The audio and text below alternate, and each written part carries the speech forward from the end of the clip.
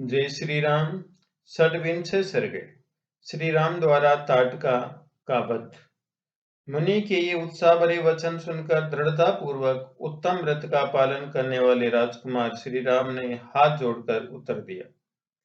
भगवान, अयोध्या में मेरे पिता महामना महाराज दशरथ ने अनेक गुरुजनों के बीच मुझे ये उपदेश दिया था कि बेटा, तुम पिता के कहने से पिता के वचनों का गौरव रखने के लिए कौशिक नंदन विश्वामित्र की आज्ञा का निशंक होकर पालन करना, कभी भी उनकी बात की अवहेलना न करना।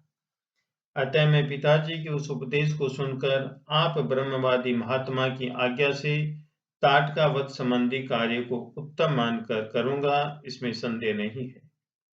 गो, ब्राह्मण तथा समूचे देश का हित करने के लिए मैं आप जैसे अनुपम प्रभावशाली महात्मा के आदेश का पालन करने को सब प्रकार से तैयार हूं।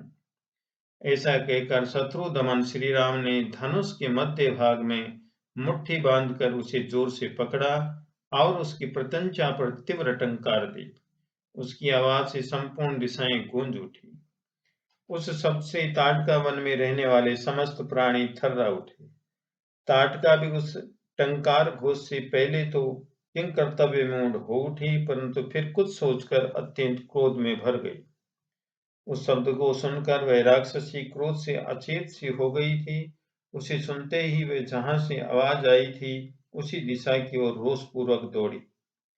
उसके शरीर की ऊंचाई बहुत अधिक थी, उसकी मुखाकृति विकृत दिखाई देती थी। क्रोध में भरी हुई उस विकराल राक्षसी की ओर दृष्टिपात करके श्री राम ने लक्ष्मण से कहा, लक्ष्मण, देखो तो सही, इस यक्षिणी का शरीर कैसा दारुण एवं भयंकर है। इसके दर्शन मात्र से भीरू पुरुषों के हृदय विदीर्ण हो सकते हैं। माया बल से संपन्न होने के कारण ये अत्यंत दुर्जय हो रही है। देखो, मैं अभी इसके कान और नाक काटकर इसे पीछे लौटाने को विवश किए देता हूँ। ये अपने स्त्री स्वभाव के कारण रक्षित है, अतः मुझे इसे मारने में उत्साह नहीं है। मेरा विचार ये है कि मैं इसके बल पराक्रम तथा गमन शक्ति को नष्ट कर दूं, अर्थात इसके हाथ पैर काट डालूं। श्री राम इस प्रकार कह ही रहे थे कि क्रोध से अचेत हुई ताटका वहां आ पहुंची और एक बांह उठाकर गर्जना करती हुई उन्हीं की ओर झपटी।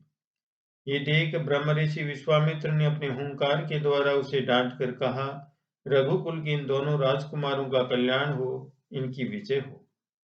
तब ताटका ने उन दोनों रघुवंशी वीरों पर भयंकर धूल उड़ाना आरंभ किया।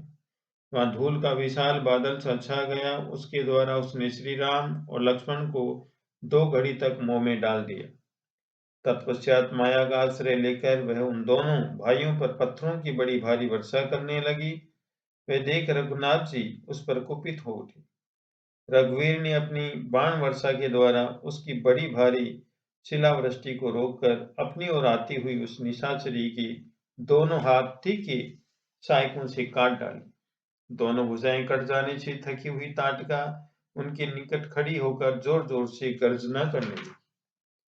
ये देख सुमित्रा कुमार लक्ष्मण ने क्रोध में भरकर उसके नाक कान काट लिए, परंतु वह तो इच्छानुसार रूप धारण करने वाली यक्षिणी थी।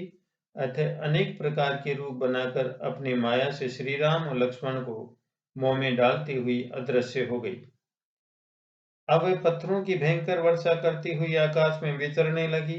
श्री राम और लक्ष्मण पर चारों ओर से प्रस्तरों की वृष्टि होती देख तेजस्वी गाधी नंदन विश्वामित्र ने इस प्रकार कहा, श्री राम, इसके ऊपर तुम्हारा दया करना व्यर्थ है। ये बड़ी पापिनी और दुराचारिणी है, सदा यज्ञों में विघ्न डाला करती है। ये अपनी माया से पुनः प्रबल हो उठे, इसके पहले ही इसे मार डालो। अभी संध्या काल आना चाहता है, इसके पहले ही ये कार्य हो जाना चाहिए, क्योंकि संध्या के समय राक्षस दुर्जय हो जाते हैं। विश्वामित्र जी के ऐसा कहने पर श्री राम ने शब्द वेदी बाण चलाने की शक्ति का परिचय देते हुए बाण मारकर प्रस्तरों की वर्षा करने वाली उस यक्षिणी को सब ओर से अवरुद्ध कर दिया। उनके बाण समूह से घिर जाने पर माया बल से युक्त वह यक्षिणी जोर जोर से गर्जना करती हुई श्री राम और लक्ष्मण के ऊपर टूट पड़ी। उसे चलाए हुए इंद्र के वज्र की भांति वेग से आती देख श्री राम ने एक बाण मारकर उसकी छाती चीर डाली। तब ताड़का पृथ्वी पर गिरी और मर गई। उस भयंकर राक्षसी को मारी गई देख देवराज इंद्र तथा देवताओं ने श्री राम को साधुवाद देते हुए उनकी सराहना की। उस समय सहस्रलोचन इंद्र तथा समस्त देवताओं ने अत्यंत प्रसन्न एवं हर्षोत्पल होकर विश्वामित्र जी से कहा, मुने कुशिक नंदन, आपका कल्याण हो। आपने इस कार्य से इंद्र सहित संपूर्ण देवताओं को संतुष्ट किया है। अब रघुकुल तिलक श्री राम पर आप अपना स्नेह प्रकट कीजिए। ब्रह्मन प्रजापति कुशाश्व के अस्त्र रूपधारी पुत्रों को, जो सत्य पराक्रमी तथा तपोबल से संपन्न हैं, श्री राम को समर्पित कीजिए। विप्रवर, ये आपके अस्त्र दान के सुयोग्य पात्र हैं तथा आपके अनुसरण में तत्पर रहते हैं। राजकुमार श्री राम के द्वारा देवताओं का महान कार्य संपन्न होने वाला है।